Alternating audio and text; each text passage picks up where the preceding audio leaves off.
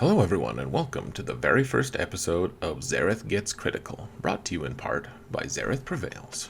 The premise of this series is going to be pretty simple. I'm going to take a different person's Grand Arena Championships match and I'm just going to watch what they do and tell you guys what's good and bad. And, the intent isn't to be a jerk, though maybe I will be sometimes, hopefully.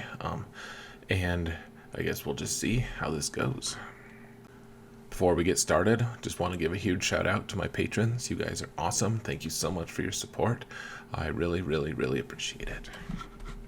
So all of this footage is taken from my friend Juubles, and he recorded all of his attacks one day and just decided that he wanted to do it for no apparent reason, and he sent them to me with no real direction on them, and I decided maybe I could start a new series here, and that's what I'm doing. My friend Juubles is facing a dude named Kazar White, and I'm just assuming it's a dude. I have no factual basis by which to back that up whatsoever. Both of these guys are at the 5 million GP mark, right around there, and the relic game is pretty similar.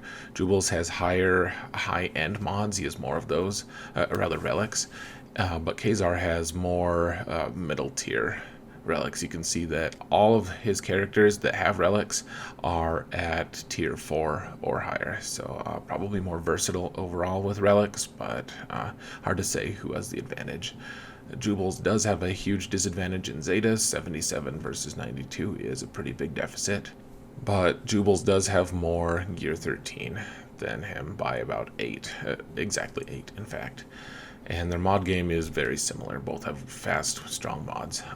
In terms of overall Grand Arena Championship experience and victories, Juubles predictably has a significant margin over the Kazar guy. But you never know how things are going to go. And honestly, I don't really care. It's just going to be fun to watch someone else's gameplay and provide some insights. So let's get into it. This opening zone is a dream zone with Karth Old Republic team and the Rogue One team, really easy teams to counter on both. And so Juubles chose to attack this Karth team here with troopers apparently. And, it's a risky move. If Zalbar gets a taunt before you're able to, take someone out, you can really struggle to chew through all of his armor. Luckily, Zalbar only has gear 11, and, that's not much of a risk. I think Juubles probably did make the right choice here in terms of, counters. The troopers aren't super duper strong against this team always, but really, troopers against a Zalbar at gear 11 are probably going to be successful, at least if the troopers have reasonable amounts of gear. So, that's a pretty easy 60 banners, and, I do think that that's probably a better choice for troopers than trying to take out this Rogue One team. Rogue One can cause a lot of problems for Empire specifically. They have a lot of different random synergies against them. However, that's not going to deter Juubles, apparently, who is taking Emperor Palpatine against them, and I think that in general this is a fine move. Honestly, all of the characters, especially with Palpatine lead, are going to most likely make this an easy-ish match. The thing you have to watch out for is Xaereth is going to be able to dispel, and he's going to be able to give everyone tenacity up, and if everyone gets tenacity up, then Palpatine team is going to be really slow. They're not fast on their own. They're depending on debuffs expiring, essentially. One thing that I do question here is the use of Thrawn with this team. Thrawn is great. He can fracture. He does a lot of cool things, but is Thrawn really necessary against Rogue One? I'm not convinced. Emperor Palpatine really likes guys who are debuffing, and the only thing that Thrawn really does, he does fracture, which is one debuff, and then when he shoots, he actually buffs the enemy characters, unless he's stunning them, like you just saw. He does provide some solid, tank ignoring ability, and I think that's solid, but you just got to be careful here. Now, right there, Baze was stunned, and Juubles threw his lightsaber and dispelled the stun on Baze, which means that he's going to get a lot of counters and everything. It looks like he was able to, get the stun off again right away, so that's good. I will say one thing. I don't think that this is an inspired matchup. Like, it's not a hard counter, but, clearly Juubles is having no problems here. He is going to lose a few banners, of course, because his shore trooper got taken out early on. And, depending on how much he's going to be able to regen with Thrawn, he's going to lose a little bit of protection. But the one good thing about this is he's not using any like super strong meta team. He's not compromising his future success by using something crazy like Darth Revan or anything. Getting 57 banners there is actually it's acceptable. Like, it's kind of embarrassing to get that against Rogue One because that's one of the weakest teams available in Grand Arena right now, but it's also a first try win with relatively high banners. Now, this First Order team taking on another First Order team, the mirror match can be a little bit miserable. Watt wants to put the taunting tech on Kylo Ren, which was a good move on Juubles' part here. And now he's going to focus down First Order Executioner, which he's only gear 11. I think that that's probably wise. And his stun on Kylo Ren Unmasked is a good idea as well. Watt is a little bit slow here, apparently. Like, he finally got the weapons tech on Executioner after he had already executed their own Executioner. Lots of executions. But I can't really fault what's going on here other than somewhat slow Watt. The Kylo Ren being stunned is a really good idea because he has no way of dispelling. First Order can't really dispel unless they have First Order Officer, which they don't. So this was some good target priority. You want to save the two Kylos for last because even though Kylo Ren can do a huge amount of damage on his own, usually the AI doesn't play him to do a ton of damage. He usually just spams his AoE. Taking out one of them at a time is good. And honestly, the only problem is that Juubles wasn't able to regenerate all of his health and protection here. Still 58 banners is that's okay. That's acceptable.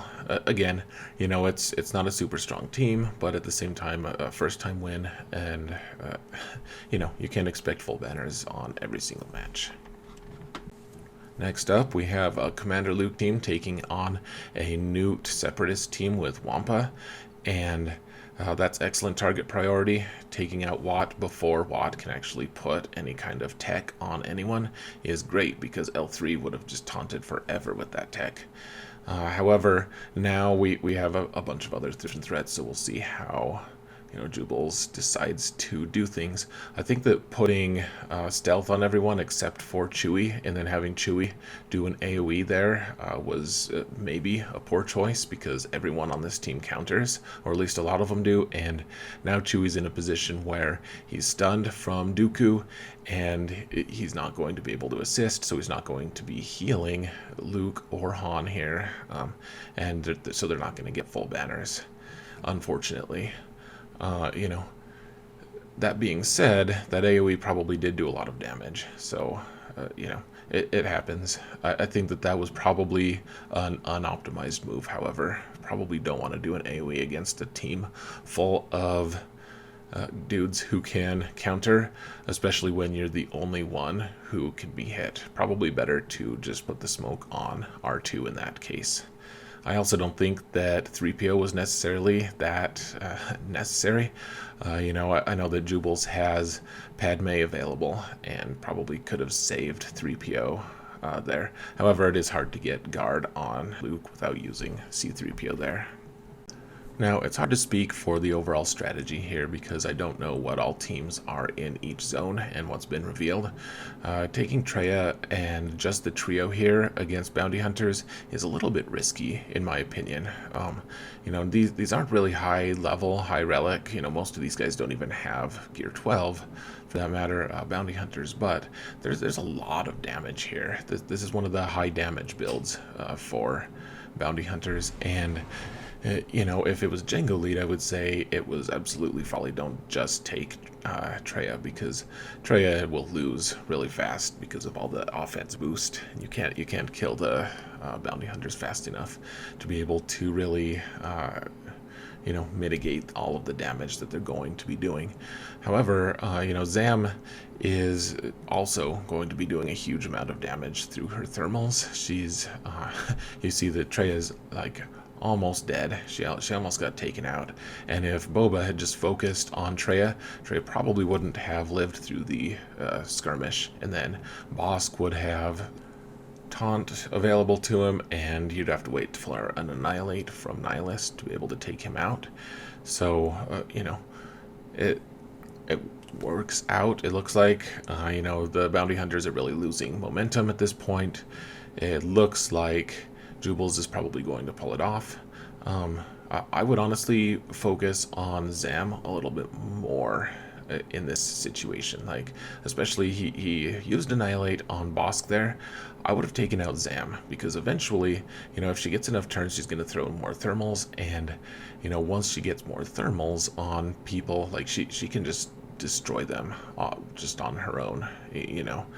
She does a huge amount of damage with those thermals, and it's not something that Traya can dispel using her unique Zeta. So, as it stands, it looks like we're probably going to get out of this unscathed, mostly.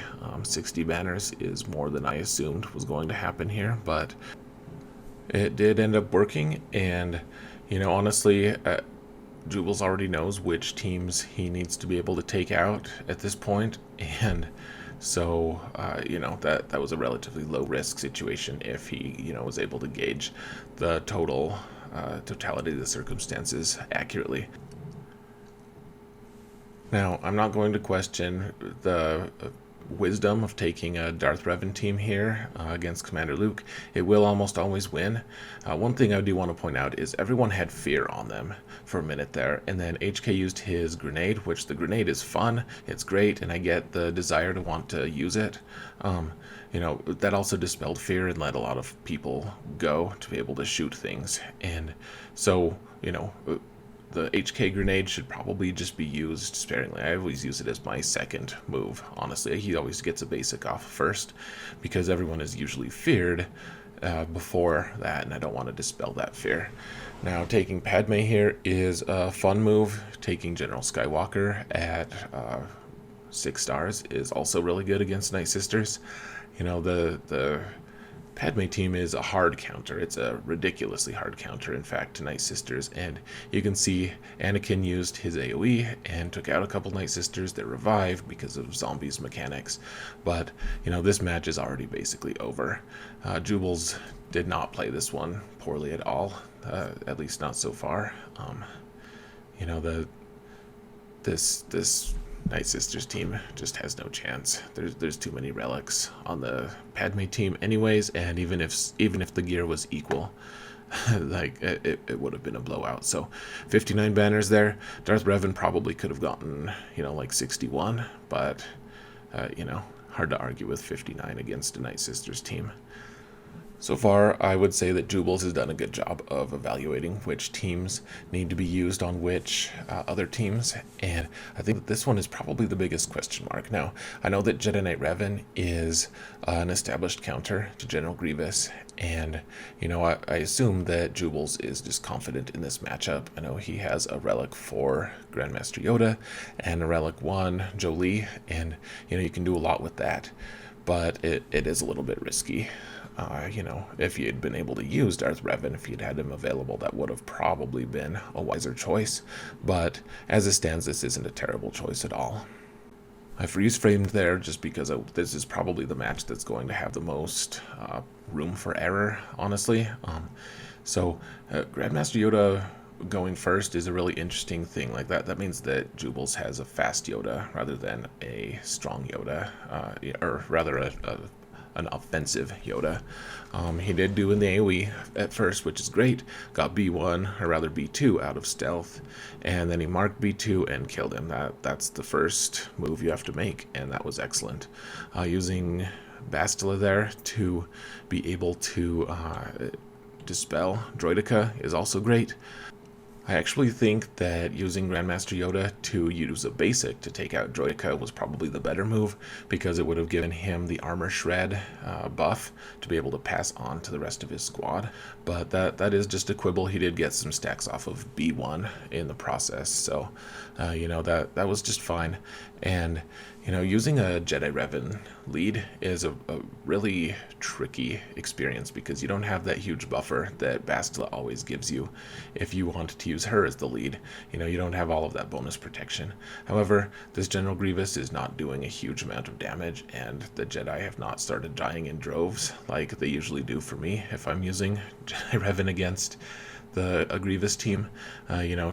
I personally like Bastila better, but Juubles is handling himself well in this match. He's actually getting to a place where he's about to kill almost all of the supporting droids and before he even gets to General Grievous and his second mark. I think that was the right move to put mark on Grievous and just take him out, even though bead 1 would have been great to kill.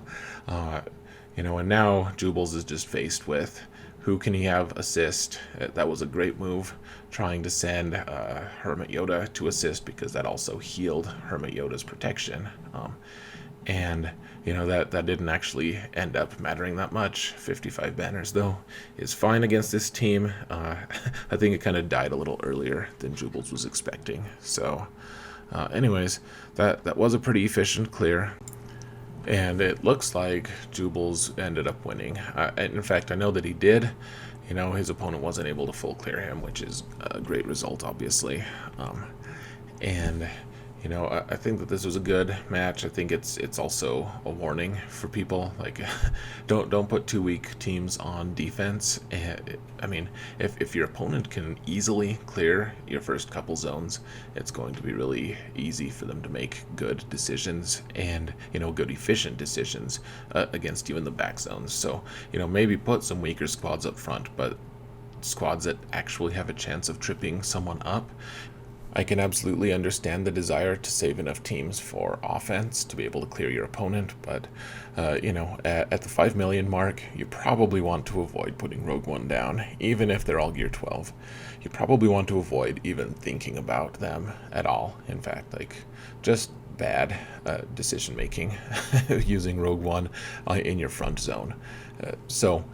Anyways, this is going to wrap it up, guys. I hope that you enjoyed the new format. I want to actually have a little bit more robust talk about strategy and things as well. The videos that were taken did not really convey the situation that well, and that's not a knock on Juubles. He didn't really plan on me doing this format of a video, but that is what I'm going to ask for next time. Give more shots of the actual board and then your progression through it, so I can make even better judgments. Anyways, I'm going to let you guys go. Thank you guys so much for watching, and remember that in all things, Xaereth prevails. And this time, so does Juubles. Kazar does not.